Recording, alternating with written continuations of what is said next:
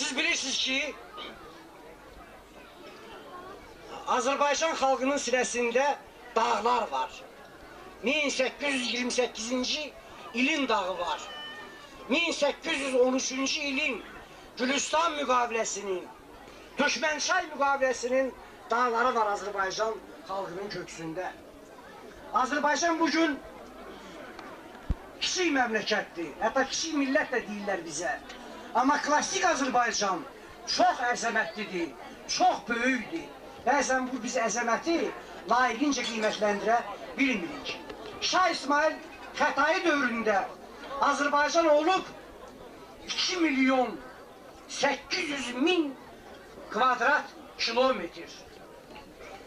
İndi 2 milyon yoxdur, 800.000 də yoxdur. İndi Azərbaycanın vurtut, Sovet Azərbaycanının sahəsi 86,7 min kvadrat kilometrdir.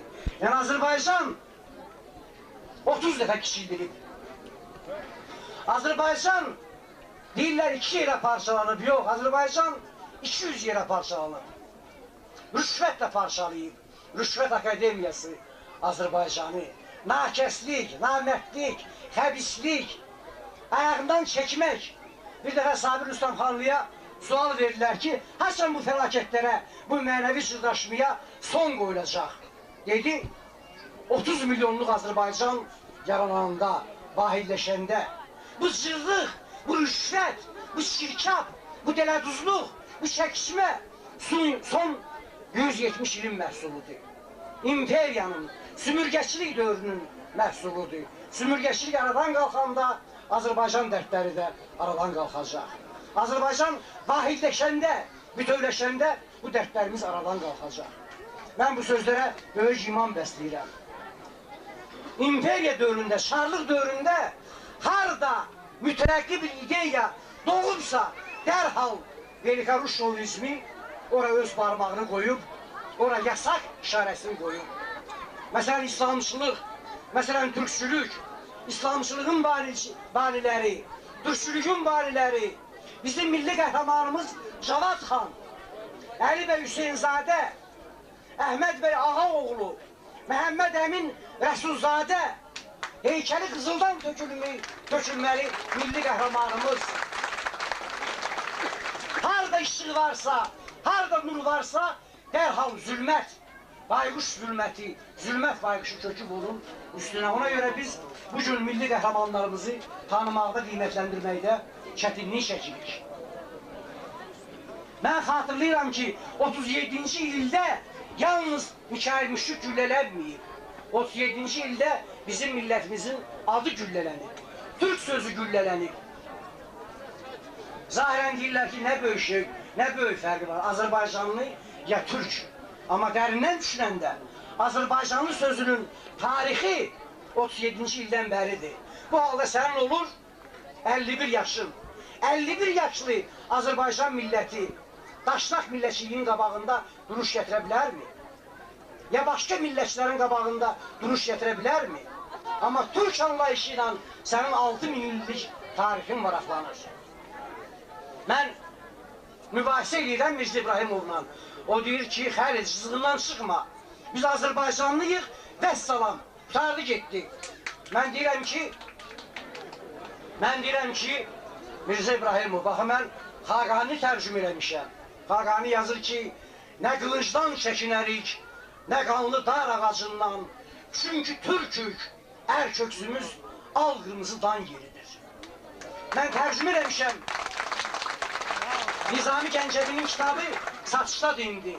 Sultan Səncəri yaxalayır, qadın atının cilovundan yaşayır, deyirsən, ədalətsizsən, sən Türk padişahı deyilsən. Türk olsan, sənin məmləkətində özbaşınalı olmaz. Ağbirçək qadının bir şeylərini yolmazlar.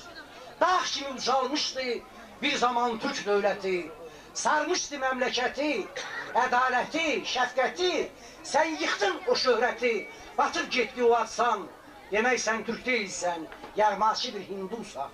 Türk ləyaqət meyarıdır, qəhrəmanlıq deməkdir, ədalət deməkdir Nizami konsepsiyasında. Mən tərcümə edirəm, tərcümə eləmirəm. Oxuyuram Məhəmməd Füzulini, bizim böyük milli şairimizi bir ol səbəbdən farsi ləfsi ilə çoxdur nəzmi kim, nəzmi nazik türkü ləfsi ilə ikən düşvar olur. Məndə tövfiq olsa bu düşvarı asan eylərəm, növbəhar olğac dikəndən bərgi gül izhar olur.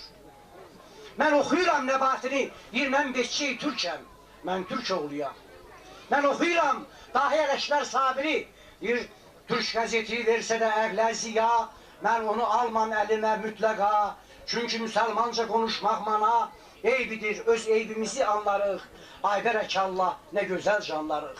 Xoşlamarıq bir para nadanları, şiiri nisvani müsəlmanları, neyniyirik Fatma tükəzbanları, Aliyaları, Sonyaları yanlarıq, Aybərək Allah nə gözəl canlarıq. Mən oxuyuram Dahi Hüseyin Cavidi, görürəm yazır. Bir zaman işləyəndə Türkün atı qırılardı bir ölkənin kanatı. Mən oxuyuram Səməd Vurğunu, görürəm Rəhbərə Salam şeirində 38-ci ildə yazır. Bakının sayrışan yıldızlarından, şadrasız boyasız Türk qızlarından. Sonra Türk sözü pozulur, onun yerine yazılır şən qızlarından, ya şərq qızlarından, ya şux qızlarından, ya el qızlarından. Türk sözünü qaralayırlar. Mən oxuyuram 83 yaşlı Şəhriyarı, bu gün sağ salamat, canlı Nizami, canlı Füzuli, görürəm yazır. Türkün dili tək sevgili, ehsaslı dil olmaz. Başqa dili qatsan, ədəbiyyat əsil olmaz. Türk deyəndə sənin 6000 illik tarixin olur. Biz Azərbaycan Türkləriyik. Bundan bu başqa var. Türkiyə Türkləri, Qazaq Türkləri, Qırğız Türkləri, Tatar Türkləri, adı dəyişdirilsə də Bolqar Türkləri, Hələb Türkləri, Uyğur Türkləri, İraq Türkləri, Uyğuristan Türkləri, Sibir Türkləri, Sakistan, Yakutiya Türkləri, Qaqavuz Türkləri. Yarım milyar Türk yaşayır bugün dünyada. Yarım milyar Türk'ün şah budağı 30 milyonluq Azərbaycandır. Bu qüvvətdən qorxurlar. Çəkilsin ölümdən kədər, mistika, mənim xeyrimədir statistika. Sən keşmə deyilsən, balaca, sıska, ey sonsuz ummanım Azərbaycanım. Azərbaycanın umman qüvvəsindən, Türk'ün umman qüvvəsindən qorxur düşmən. Onlara xatırlatdı. Bizim böyük siyasi xadim Qramıka, son Ali Sovetin son sesiyasında Dağlıq Qarabağ məsələsinə işarə vuranda dedi ki, это несчастный вопрос, это не региональный вопрос.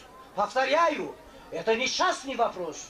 Повторяю, это не региональный вопрос. İşarə vururdu ki, Azərbaycanın sərhədləri dışında daha böyük Azərbaycan var. Daha əzəmətli, bizim güman etdiyimizdən əzəmətli İslam dünyası var. Türk dünyası var. Pakistan hüküməti mənim eşitdiyimə görə tələb edib ki, mən 300 Rus hərbi əsirini İraq-Əfqan müharibəsində əsir alınmış 300 Rusu sənə qaytarmağa hazıram. De ki, 72 Sumqayıt gənci azad olunsun. Bu qüvvət dayanır Qur'anın konuşulduğu sağında. Dağlıq Qarabağ üstündə böyük mübahisələr getdi. Dağlıq Qarabağ, Qarabağ ifadəsi başdan başa Azərbaycancadır. Qara sözünün bir şorlu mənası var. İkinci mənası böyük deməkdir. Məsələn, Qara dəniz böyük dənizdir. Qara, bağ, bağ əslində Bog deməkdir Rusça. Yəni ulu tanrı, böyük tanrı. Azərbaycanın məbədidir Qaradağ. Azərbaycanın arteriyasıdır. Azərbaycanın ürəyidir. Azərbaycanın şah damarıdır Dağlıq Qarabağ. Çox təəssüf ki, Pravda qəzeti bunu bildirmədi. Və bizim qəzetlər ölü oldu. Bir də gözəl şeirlərindən yadınızda da o. Ancaq sizin şeirinizə. Bu da lazımdır. Bunlar hamısı görsün dalbadal alqışlar. Bu sərt, ağır günlərdə mən Ali Başkomandan olsam, olmasam belə Azərbaycan adından əmr edirəm, silahlan. Bilirəm. Silahsız dayanmağa bir qırpımda haqqın yox. Silahsız dayanmağa bir qırpım da haqqın yox. Gözlərin qoşa lülə, kipriklərin qılınc ox. Bilirəm, alınmışdır əlindən, hətta ov tüfəngi də.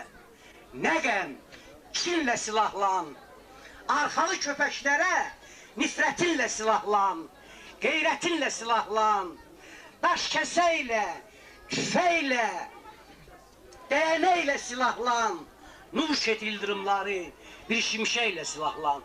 Bilirəm, savalandan ağırdır çiynində sənin yükün, telegüzgü, radyo, mətbuat çoxdan ölgün.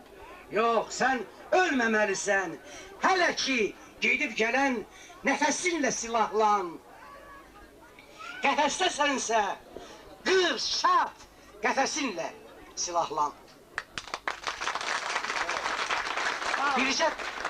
Bircə qarışqanı da tapdamağa qıymayan, ömründə bircə kərə məkrə, şərə uymayan, qəlbi ummandan dərin, bənövşədən də köyrək, hətta düşmənlərinə duz çörək verən xalqım. Çəkinmə, bu döyüşdə yer-göy sənə pənahdır. Sənin gül təmizliyin, saflığın da silahdır. Vursatdasın içində, elə bilmə ki təksən. Yer də, göy də sənindir. Sən qalib gələcəksən. Sağ ol Xəlil bəy. Sağ olsun Xəlil müəllim.